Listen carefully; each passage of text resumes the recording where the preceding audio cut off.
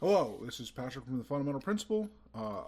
We're going to read something a little bit different today. We're going to do the letter to the Pope on his visit to Auschwitz by Leon Degrelle. How you doing, Drome? I'm well, man. Thanks for having me back. And this one's a good one. It's relatively short, and we both got a lot going on. So rather than do a big, long, lengthy reading, we thought we'd just do this real quick.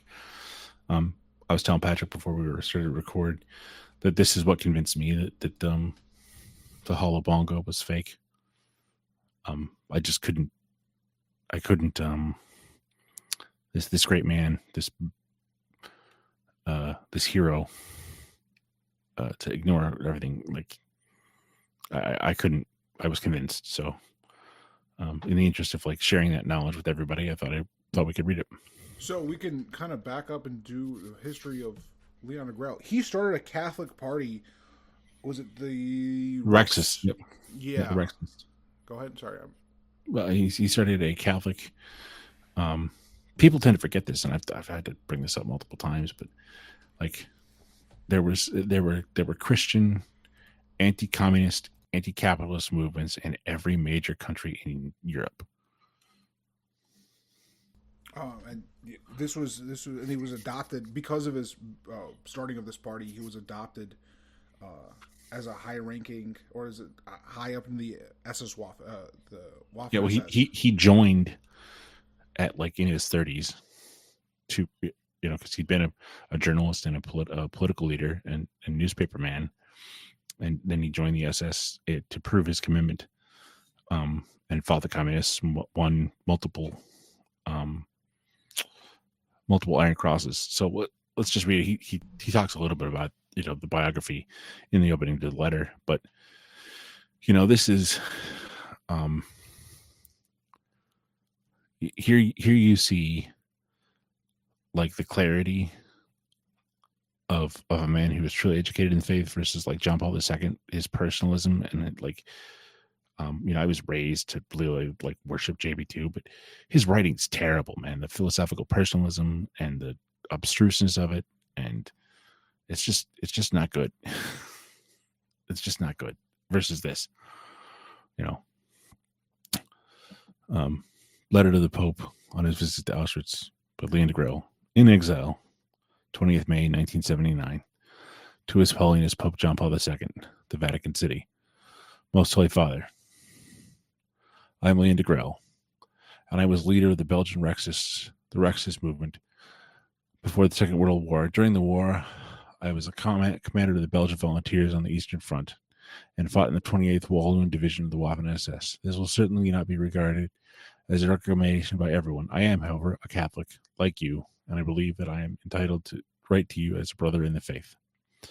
I am concerned by announcement in the press that during your coming visit to Poland from 2nd to 12th June 1979, you're going to celebrate a mass with all the Polish bishops at the former concentration camp of Auschwitz. Let me say straight away that I find it very edifying to pray for the dead, whatever they may, wherever they may be, and wherever they may be, and at any place, even in front of brand new crematory ovens with their immaculate fire bricks. Even so, I am apprehensive. The fact of being Polish and your adherence to this loyalty ceaselessly appears in your pontifical behavior. It is human. You are a patriot who participated very deeply in your youth in a tough bellicose conflict. If old resentments made too strong an impression on you, however, you may be tempted to take part, having now become Pope, in secular quarrels in which history still has not officially clarified. Oh, no, sufficiently clarified, pardon me. What responsibility, for example, did the various belligerents have for the outbreak of the Second World War? What role did certain instigators play? Everyone knows that your Prime Minister, Colonel Beck, was a rather dubious individual. Did he act with the requisite degree of level-headedness in 1939? Did he not reject with undue arrogance certain chances of reaching an accommodation in 1939 with the German government? What about later on, Was the war really, as it has been described, were the faults or even the crimes of both sides? Has their respective aims always been evaluated objectively? Has not enemy doctrine been misrepresented even through failing to give it proper consideration or deliberately became propaganda demanded it? Were not plans attributed to the enemy and acts assumed to have taken place whose real existence has never been substantiated? The church has always been much better informed than anyone else. For 2,000 years, however, it had a policy of circumspection, and it has always avoided taking up precipitous positions. It has only ever set out to judge from evidence and to do so in a calm manner when it has time sorted out the rages and passions and the wheat from the chaff, or wheat from the tares. It's ironic because that was the gospel today, wasn't it? In particular, it was conspicuous for extreme restraint during the Second World War. It was carefully guarded not to peddle the lunatic speculation prevalent at the time. When you were on your native soil, Most Holy Father, and particularly at Auschwitz, where you may perhaps be recaptivated by certain incomplete and partisan mental visions of the past, are you simply going to pray?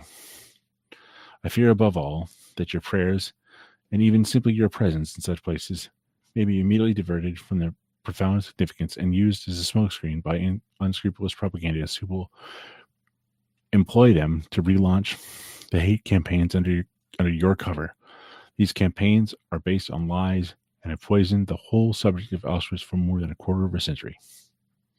Now, this is back 15 years ago. I'm going to kind of inject my anti-Polish sentiment, and it's Poles have a history of. If you're listening to Pete Cuneniz's 200 Years Together, which I heavily recommend everybody does, the first couple sections of the book talks about how involved the Jews were in Polish society. So for hundreds of years, 800 something years, that Jews just lived commonplace in Poland. If you're around people long enough, you start to act like each other. Right. Was it Yaki that came? I forget Yaki's. I think it was Yaki. His philosophy around like the melting of spirits like that, or the melting of people like that. But it's the idea of a Polak not going along with anything a Jew says or anything is well, and by your fruits, right? Like, yeah. It hasn't worked well. There's a reason that there are Polak jokes. That they're just not the brightest people on earth. Sorry. Yes, I mean lies. The legend of the massive exterminations at Auschwitz is exploited the collective psychosis which, owing to uncontrolled gossip, had unhinged numerous World War II internees. Since 1945, the whole world has been assailed by this legend. Hundreds of lies have been repeated in thousands of books in an increasingly virulent rage. They are produced in full color and apocalyptic films, which are outrageous in the way they flay out not only truth and probability, but common sense, the most elementary arithmetic, and the facts themselves. I have been told, Most Holy Father, that you were in the resistance during the Second World War. With all the physical risks entailed in a form of warfare contrary to international law, some add that you were interned at Auschwitz. Like so many others, you left it since here you are a pope who, from all the evidence, did not smell much like on B gas. Having been on the spot, Your Holiness, you must know better than anyone else that the mass gatherings of millions of people never took place. Sectarian propagandists hark back so much to these great collective massacres, but you, as a prime witness, personally, did you, as a prime witness, personally see just one being carried out? People certainly suffered at Auschwitz, but others have suffered too. All wars are cruel. Hundreds of thousands of women and children were horribly carbonized in the direct orders of the Allied heads of state. At least as many bought it at Dresden or Hamburg or at Hiroshima or Nagasaki as suffered or sometimes died in the concentration camps of the Third Reich's Of the internees, 25% were political or members of the resistance, and 75% were conscientious objectors, sexual perverts, or common criminals. And this is That last. Go I'm ahead. sorry, Patrick. we're cutting each other off. But like he talks about Zyklon B gas, and it's like it's delouser. It's Yeah, there was typhus, and it killed thousands of people.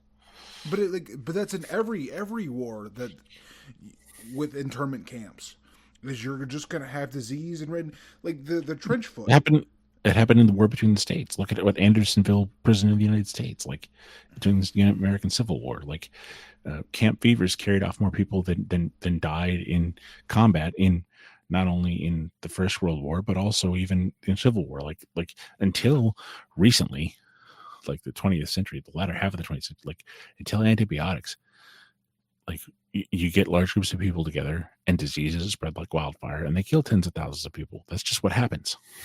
And this has been going on for all of humanity. Like tons like the largest issue that the medieval kings had was supporting the war camps, like the cooks, the medics, just keeping things. Like, they had an idea of sanitation, but like just keeping things clean is nearly impossible with mobilized armies.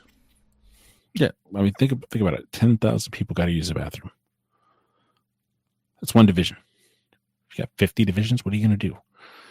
But like, and this is 75% were conscientious objectors, 70 perverts, or common criminals. How many of the priests who were in these camps were subversives? And that makes you uncomfortable to hear. Think about like a guy like James Martin. You'd be put in Dachau. And yeah, you can read any of like the church militant stuff, whatever you want to say about Michael Voris, this, that, the other. He did good work. He's honest as he could be. But like all of the priests he talks about and all the clergy he talks about in the church militant letters, like these people would be arrested. You legalize or illegalize homosexuality. What are you gonna do with like gay people that don't want to stop? You have to going arrest out them, kids. Yeah. Like, what do you do with regular criminals that won't stop breaking the law? You throw them in prison or you execute them. Like, that's it. Like, there's no other options. Just because they're wearing a cassock doesn't put them above the law. At what point in history was a priest, a bishop, or a cardinal above the law? And that's uncomfortable here, I know. But it's like, we got to separate the man from the office. Like, just because they're a shepherd of the Lord doesn't mean that we can't fall in sin. Doesn't mean we can't break the law. And indeed, they should be held to a higher standard than normal people. And scriptures themselves say that they should be held to a higher standard. Like, why are we even...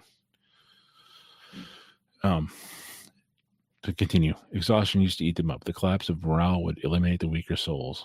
The cruelties of some guards, which were inevitable in any prison-type systems, further added the bitterness of the loss of individual privacy from having so many people crowded together. Some of these guards were Germans. More often than not, they were non-Germans, capos, and other internees who had become the torturers of their companions. These must also have been some depraved individuals who originated in one camp or another, novel ways of killing people, tortures, monstrous whims, and summary murders. Despite all the above, the cavalry of the majority of the exiles would have come to an end in the joy of long-awaited day of return to peace, had not the catastrophe of epidemics such as typhus, which killed many thousands, befallen them in the last weeks.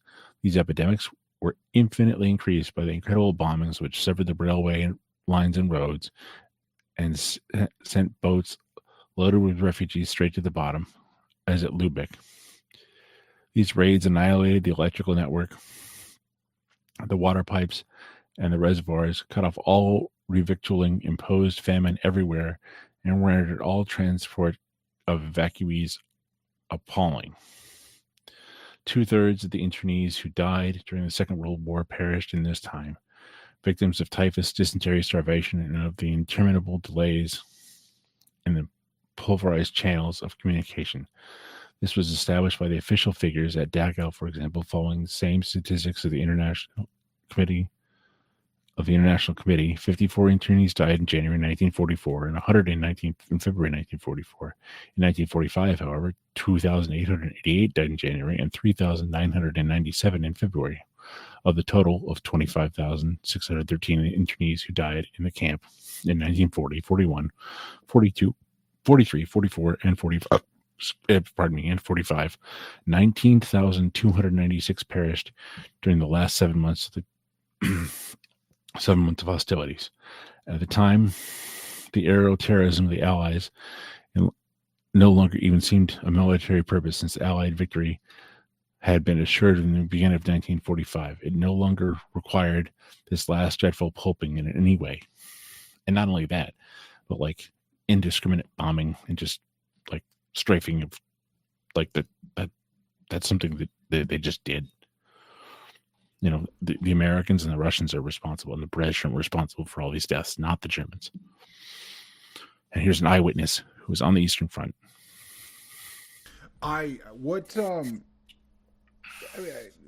What military has ever focused on killing of civilians? Combat. 80th anniversary of Dresden was 2 days ago. What's the point of that? There's no military bases near Dresden. It was literally just a cultural center, and tens of thousands of people were evacuated there, and and they turned the roads melted. People literally like scenes out of hell. It's the only way you can describe it. The people like caught in the road, like in tar pits. Like it's anyway. I gotta finish this. I'm gonna get too upset. But also, I want to leave you with this note before you continue. Why would they bomb the Cologne Cathedral so many times? It was 106 times they bombed the Cologne Cathedral. Yeah, most beautiful church in Germany. What reason? Is it because they were hiding bombs in the basement like Hamas does in Palestine? Could it be the same reason? Yeah, they were hiding bombs right under the relics of the three kings. Okay, yeah, no, sure. Yeah. Okay. Yeah.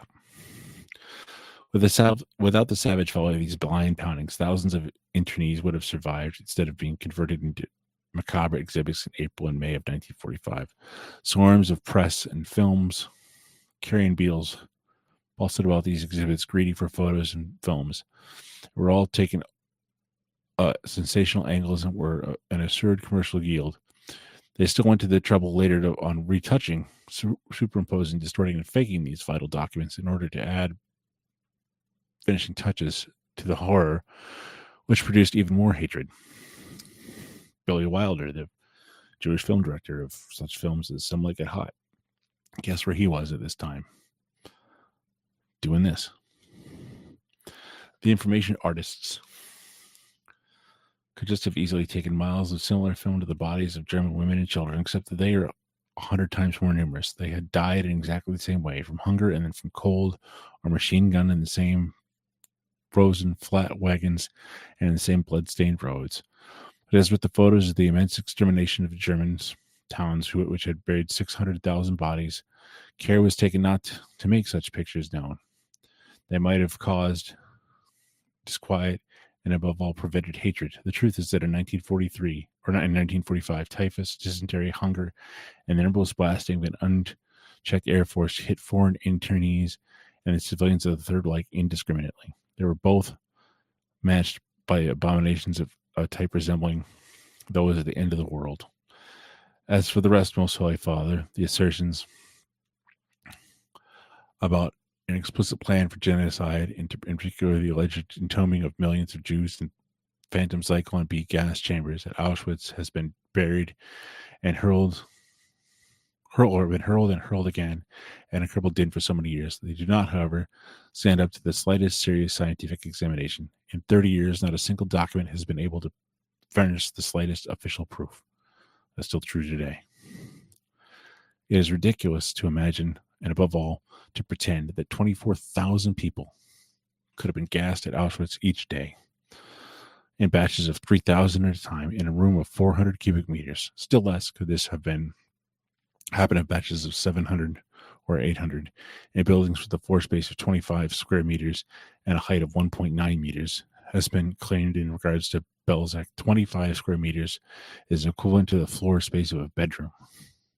Would you succeed, Most Holy Father, in putting 700 or 800 people in your bedroom? 700 to 800 people on 25 square meters works out to 30 people a square meter. A square meter, 1.9 meters high, is the size of a telephone box. Can you picture, Your Holiness, 30 people piling into a telephone box in St. Peter's Square, or in the Great Seminary of Warsaw, or on a simple shower stand? It's the miracle of 30 human bodies packed like asparagus on the goldfish bowl of a telephone box, or one of the 800 people crowded around your camp bed, has ever been realized, and the second miracle would have been immediately indispensable. Otherwise, the 3,000 people, the equivalent of 2 regiments, crammed together so fantastically in the Auschwitz chamber, where the 700 to 800 people piled up at Belzec, on account of having been 30 occupants in the square meter, would have perished almost immediately, as they would have been asphyxiated from the lack of oxygen. I mean, just, this was 1979, when the church had kind of given up the ghost on rigorous canonization processes, but just apply the same skepticism towards the canonization of like Joan of Arc versus this stuff, and it just falls apart. Also, like, the church has a history of sending inquisitors to events that seem questionable, more of moral question, and I don't believe they did it with Auschwitz. I don't believe there's any scientists, but like they did when rumors are coming out about Christopher Columbus being indecent to natives. The church did a full investigation on it. Yeah, you can still buy the book today. So it's just odd to me that with the questions of genocide, especially in the last 80 years, that the church seems to be absent in this regard. It's worth pointing out. There would not have been even any need for gas. Before everyone had finished piling up the last arrivals, bolting from the doors and dropping the gas into the room, most would have already stopped breathing. Zyklon B would have reached only corpses. This gas was supposedly either dropped into the room through slits, through holes by chimney, or in the form of hot air as a vapor, or was discharged along the ground, as you can take your pick. As anyone interested in science can tell you, Zyklon B was in any case inflammable, adhesive, and dangerous to use. A 21-hour wait would consequently have been necessary, even indispensable, before the first corpses was pulled out of the wondrous chamber. Editor's note: had the German authorities planned such a method of extermination, they undoubtedly would have used non-toxic gas such as nitrogen to asphyxiate them. As had been related to us with great pleasure by 1,000 spicy details, one would have to have been able to extract all the gold teeth and all the filled teeth, the latter being prudent hiding places for diamonds. This would supposedly have been done to each batch of 6,000 rigid jaws, 3,000 people, which,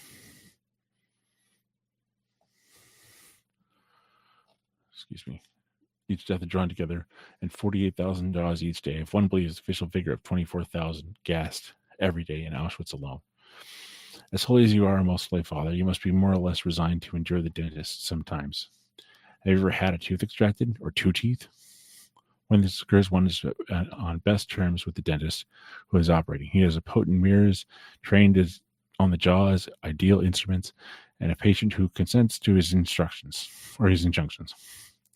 Now, how long does the extraction take under these optimal conditions? A quarter of an hour? Half an hour?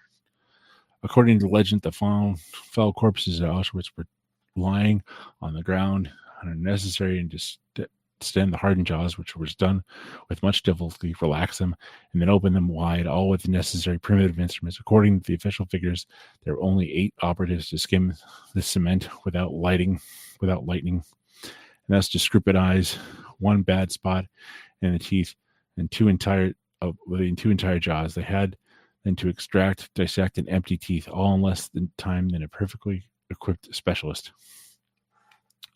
Would His Holiness please take a... I do want to make a comment that, we're given this information about the Holocaust at such a young age. What, second grade is when it starts? Yeah, probably. So you're 8, 9, 10 years old. Right. You don't have any ability to think rationally at that point.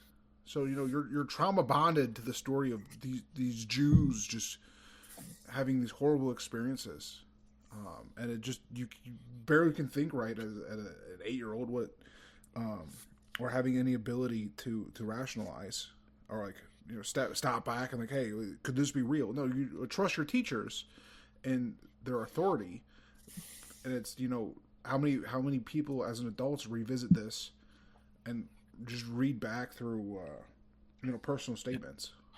Right.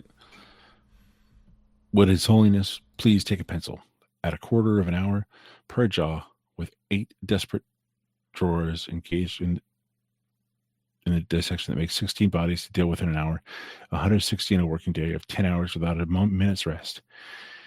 If even one was a Stankovite of dentistry and one doubled the rate of extraction, just to say one physically impossible, it would make 320. Well then, Most Holy Father, what are the batches of 3,000 Jews in one go? What about the days when 24,000 were gassed by Zyklon B? That meant 48,000 jaws to deal with and more than 760,000 teeth to scrutinize daily. Simply confining oneself to the 6 million dead Jews, which propaganda ceaselessly repeats to us over and over again. Some has doubled or tripled the figure. Those drawers would still have been in full operation for years after the war. These extractions and these alone, with 10 hours of uninterrupted labor, would have taken up to 1,875 working days of the whole team. So that's 5 years.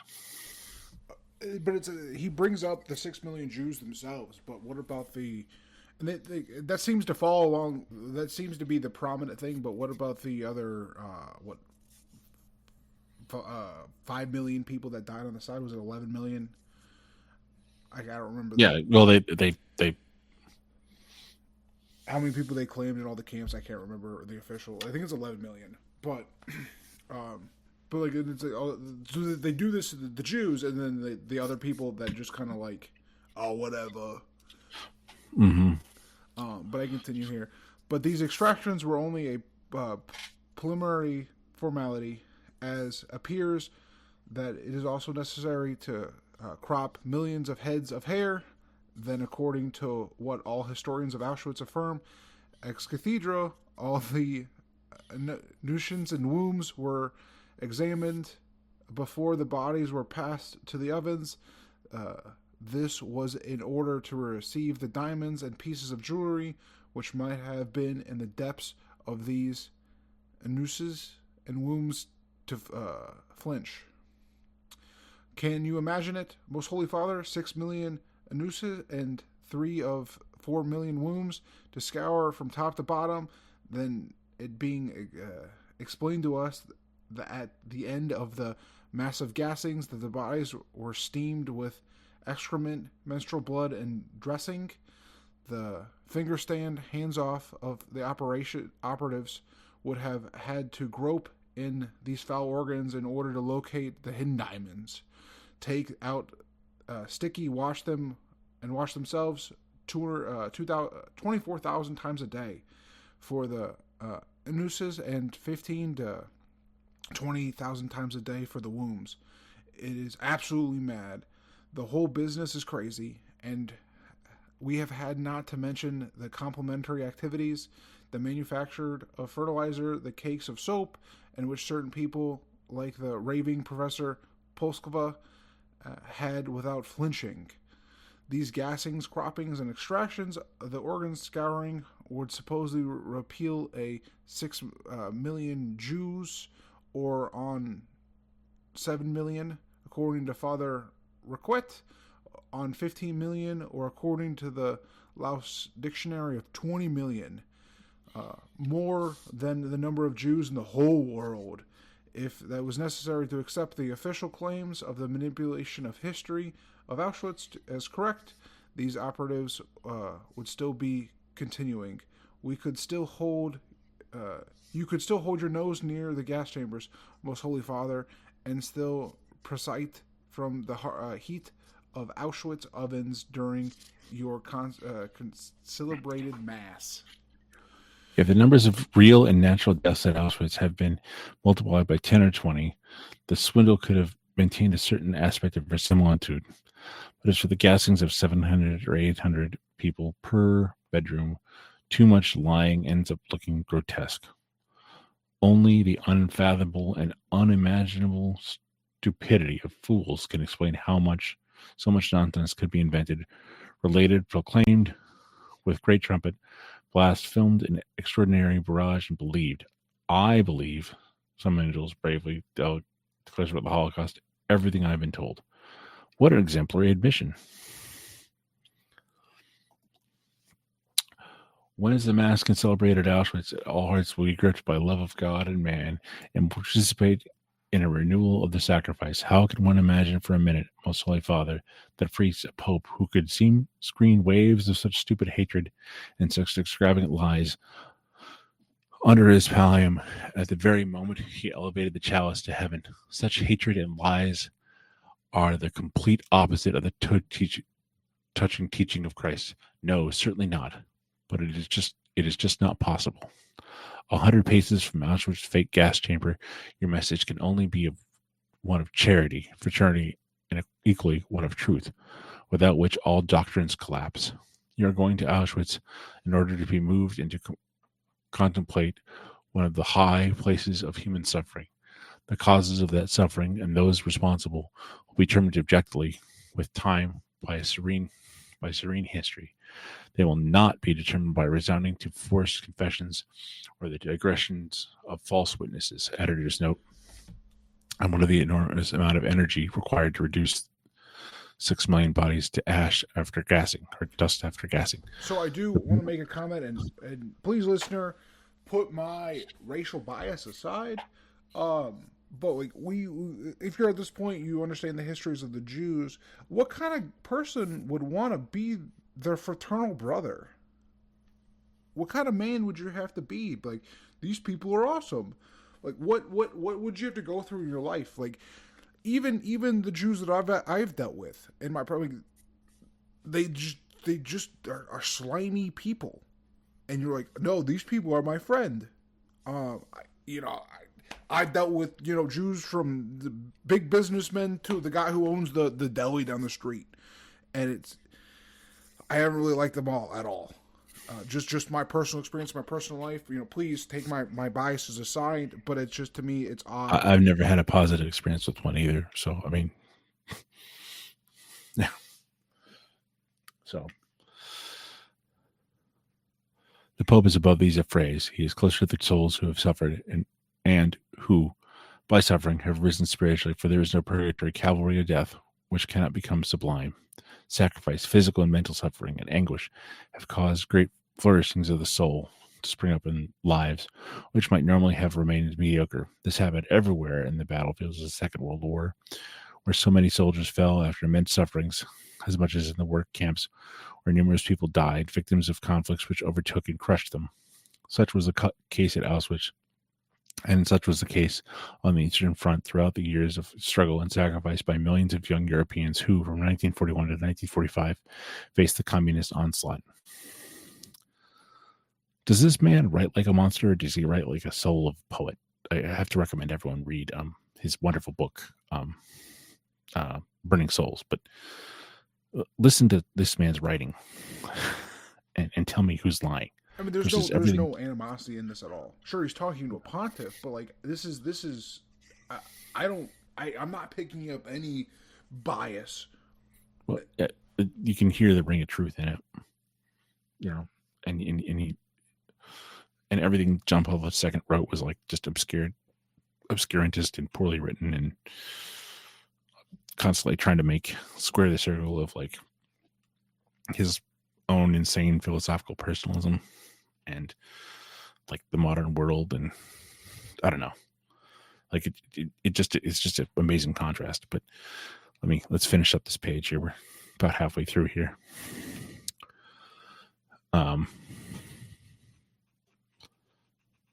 Atrocity had certainly been committed throughout the entire history of man. Auschwitz, at any rate, was not the first and will not be the last. We're seeing that only too well at the moment, when so many defenseless women and children are being massacred in the Palestinian camps. They are being reduced to pulp by the Israeli Air Force, which is making the law of retaliation rebound to innocent people whose memory, unfortunately, can celebrate their mass will never be sung. Powerful people who have abused their power hundreds of times, nations that have lost their heads, not just in one particular, but in all of them, alongside millions of pure and unselfish hearts who offer their youth in an ideal Germany has had, like everyone else, its share of detestable beings guilty of inadmissible violence, but what country has not?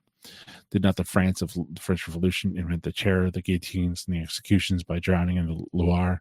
Napoleon did not intern people, but he did forcibly enlist hundreds of thousands of civilian occupied countries who were sent to die for his glory. There were 51,000 just from Belgium. That is to say, more Belgians than perished in the First World War or the concentration camps of the Third Reich.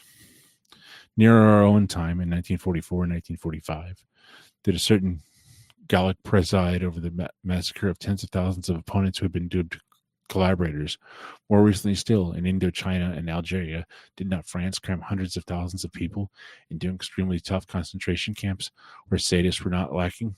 Did not these people include not only the rebellious and those who refused to submit, but hostages and ordinary civilians rounded up in large numbers? A French general even made public eulogy of torture. And what about Britain, with its bombardment of unfortified cities like Copenhagen, its execution of sepoys tied to the mouths of cannons, its crushing of the Boers, its Transvaal concentration camps where thousands of women and children perished in indescribable misery? And what of Churchill unleashing his abominable terror bombings on civilian populations of the Reich, which burnt them in their cellar, annihilated about 200,000 with phosphorus and women and children in one night in the gigantic crematory of Dresden? So, I use the word 11 about because it is only an approximation estimate could be made by calculating the weight of its ashes. What about the United States? If you hate Germans, okay, I understand that you're Polish, you're listening, you hate Germans, whatever. You're European, you have a racial. We have a few French listeners, whatever. You have a racial animosity towards Germans, but you're Catholic. You're listening to the show. Dresden was a Catholic city. Yep. I think that tends to get lost in like the memes and the historical. Dresden was a Bavarian Catholic city. So it's like you're wishing, regardless of history and racial animosity, you're wishing Catholics to be firebombed. Yeah. Yeah, it was terrible. And what about the United States? Did it not rise to power thanks to the frightful slavery of millions of blacks who were branded like animals, and thanks to the almost complete annihilation of the Red Indians who had been the original owners of the coveted territory? Was it not the dispenser of the atomic bomb in 1945? Even yesterday, did it not number undoubted tortures among its troops in Vietnam?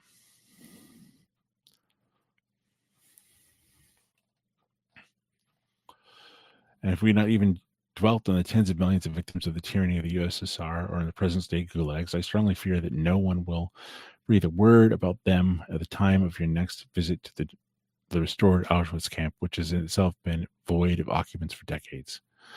No one will deny that life at Auschwitz was hard and sometimes very cruel. In the camps of the victors of 1945, however, the sadists and the torturers had quickly come to blossom in equal numbers.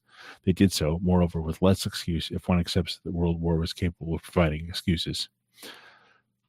I would not like you to spoil, Most Holy Father, the pleasures which you are going to have in rediscovering your country.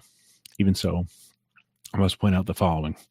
You are keen to demonstrate the moral elevation of your valiant native land to best advantage by glorifying its admirable patron, St. Stanislaus. Has your native land, however, been also known at times to be of crime and business? baseness. When you come to read the Polish soul of Auschwitz, which is so evocative of the last Jewish tragedy, would it be improper, if one wanted to be fair, to recall the innumerable other Jews who were earlier put to death in horrible programs which occurred right across your country for centuries? These Jews were tortured, had their throats slit, were hanged by your fellow countrymen. Though Catholics, they have not always been any more angelic. I can still hear the Apostolic Nuncio at Brussels telling me at his excellent table how the Polish peasants used to crucify Jews on the doors of their barns. He had previously been nuncio at Warsaw and was to be the future Cardinal Mikara. Those Jew pigs, the unctuous prelate would exclaim, as the spirit which hastily reflected the Gospels, believe me, these words are spoken to me just like that. Was the church herself, Most Holy Father, always so tender? Even in the mid-18th century, it still used to burn Jews with great pomp and ceremony, especially right in the middle of town of Madrid. The church, however, used to burn them alive. The Inquisition was not a sheepfold. The massacres of the 10 Albigensians were perpetuated on the aegis of St. Thomas Aquinas. The massacre of St. Bartholomew's Eve was joy and heart's delight of the Pope, your predecessor, who rose the dead that night to celebrate the happy event with an enthusiastic Te Deum. He even arranged to commemorate by striking a medal. And what about the 30,000 so-called witches who were burnt at the stake throughout Christendom? Even in the last century, the papacy was still enforcing the ghetto at Rome. Essentially, Most Holy Father, we are worth very little, be we Pope or Ayatollah, Parisians or Prussians, Soviets or New Yorkers. There's nothing to glorify in unduly. We have been in our bad moments as savage as one another. The fact that we are all on a par does not justify anything or anybody, but nevertheless oblige us not to hand out excommunications or absolutions with too much impetuosity or benevolence. Human savagery will only be driven back by answering hatred with fraternity.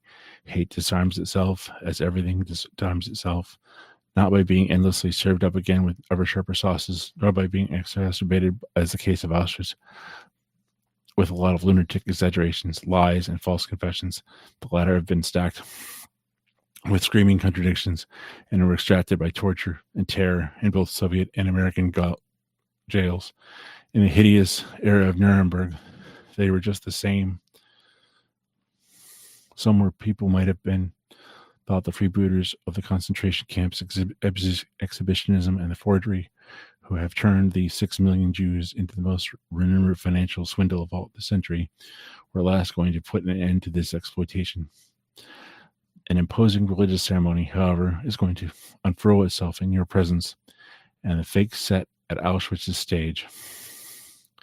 Thanks to all its pomp, a strong attempt is going to be made by means of gigantic barrage from television and the press to turn you into an unquestioned endorser of the checks of hatred. Your name is worth its weight in gold to all these gangsters, as if the first Holocaust was not enough. The whole world is going to be thus for the Holocaust number 2. It will cost $1,000 million this time, since your holiness will furnish brazen producers with all the most surreptitious of extras for absolutely nothing. So I misspoke earlier. Dresden is in Upper Saxony. It's not a Bavarian city, but still Catholic nonetheless. I wanted to correct myself with that. Last page here. So this is written in the 70s, but yeah, Leon Degrelle himself sees the sainthood of the Holocaust replacing Christ. Bishop Williamson talked. The world. Yep. What? Yeah, Bishop Williamson talked about it. He was right. And let me finish here, and we can. Whatever its circulation or impact amongst the dupes may have been, Holocaust number 1 was nothing but a gigantic Hollywood racket of rare vulgarity, It was above all aimed at emptying the pockets of hundreds of millions of ill-informed viewers. Its damage could only be temporary. However, for one could soon have been forced to note the farcical nature of extravagances. It would not stand up at the conscientious examination of a historian. On the other hand, most Holy Father, this Holocaust of yours will be produced with great ceremony at Auschwitz itself. It will be done by a pope present in the flesh and blood, dressed in all his pontifical majesty, and anointed with truthfulness. In the eyes of Christendom, hoaxed by sacrilegious manipulators, this Holocaust number 2, with the Pope facing the sacred altar strongly, runs the risk of appearing to be a quasi-divine confirmation of all the propaganda hatched by hate-mongers and usurers. This will be especially so at the time of the crack sacrifice. Your evocation of the war in front of the Polish tombs at Monte Cassino has already disturbed many of the faithful. If one is to be believed that the press said at the time, you appear to have retained only certain fragmentary and partisan aspects of it. Your ostentatious appearance at Auschwitz, Most Holy Father, can only disturb even more of them, for there is no doubt that you are going to be taken for a ride, as the popular saying goes. It is obvious.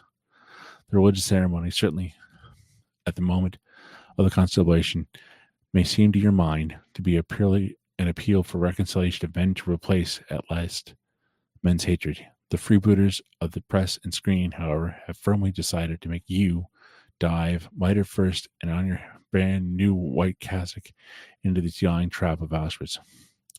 Homo homini lupus, say the sectarians.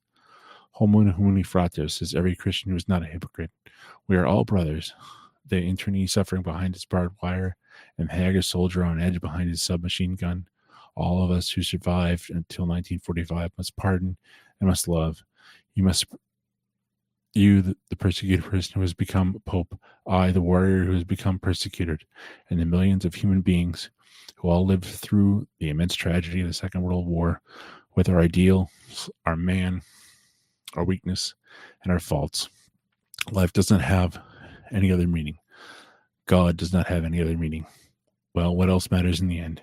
In spite of the spiritual rudeness or imprudishness that might be involved with the Pope taking positions in unsettled historical debates, and in spite of the hate-filled fanatics who will exploit the dramatic nature of your epic without delay, I will, from the remoteness of my distant exile, add my devotion to you in the day you celebrate your Mass at Auschwitz. I am, Most Holy Father, filially yours, Leon Degrelle. And that, in 6 pages, he demolishes the whole thing. How can anybody defend this after that?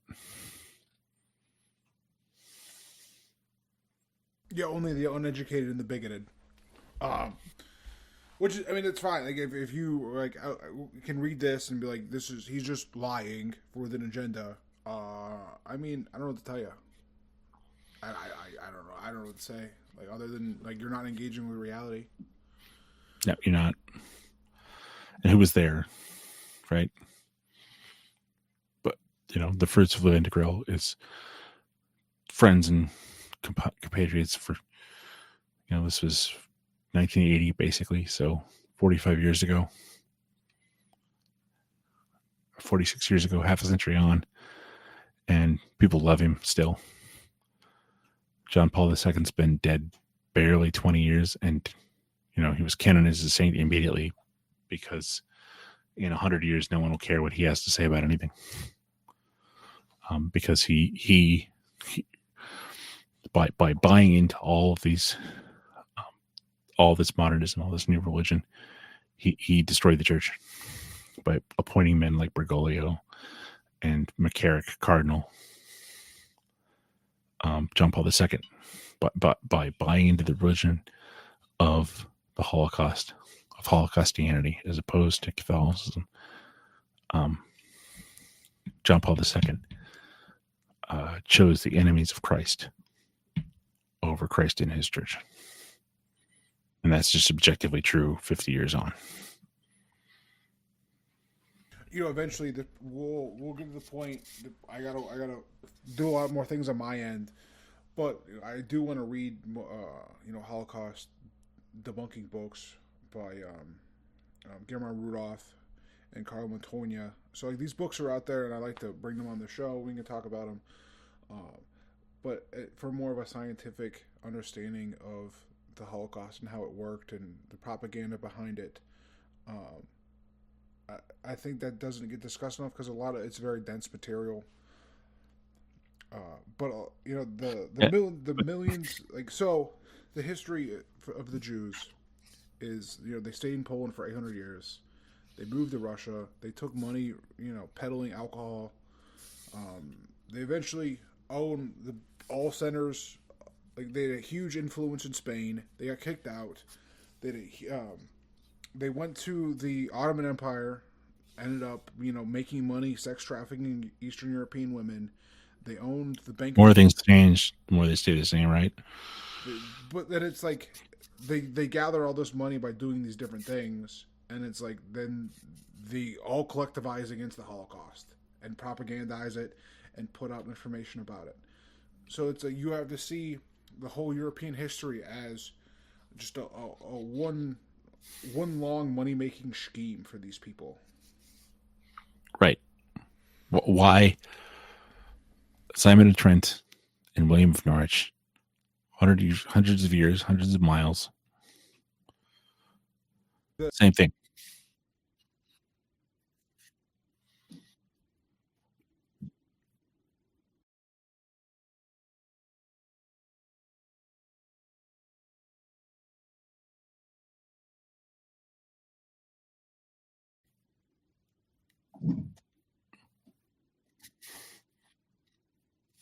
Hold on, I muted myself. They did a ritual. So the Holy Children of, I can't think of the Spanish ritual sacrifice that was done, but it was like 1972 or 71, and that's what the investigation that ended up getting the Jews kicked out of Spain was this ritual sacrifice. Right. So literally everywhere, the Russians talk about it. The Spaniards talk about it. The English talk about it. The Italians talk about it. That there's what are they doing in Ukraine right now? But sex trafficking Eastern European girls. They're doing it right now. And Leon Degrelle,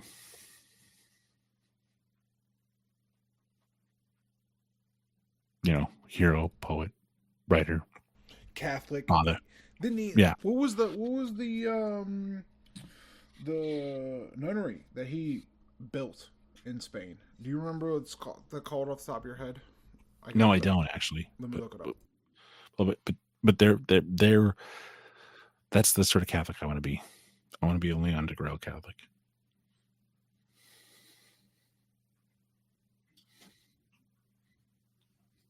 Anyway, ladies and gentlemen, don't take my word for it. Just read it for yourself. It's easily found. You know, if you just do Leon Degrelle in the show notes. But you know, there's no believing these people who lie about this and then try and destroy your church with the same lies. Also link the monastery that he helped build with his money in the show notes too.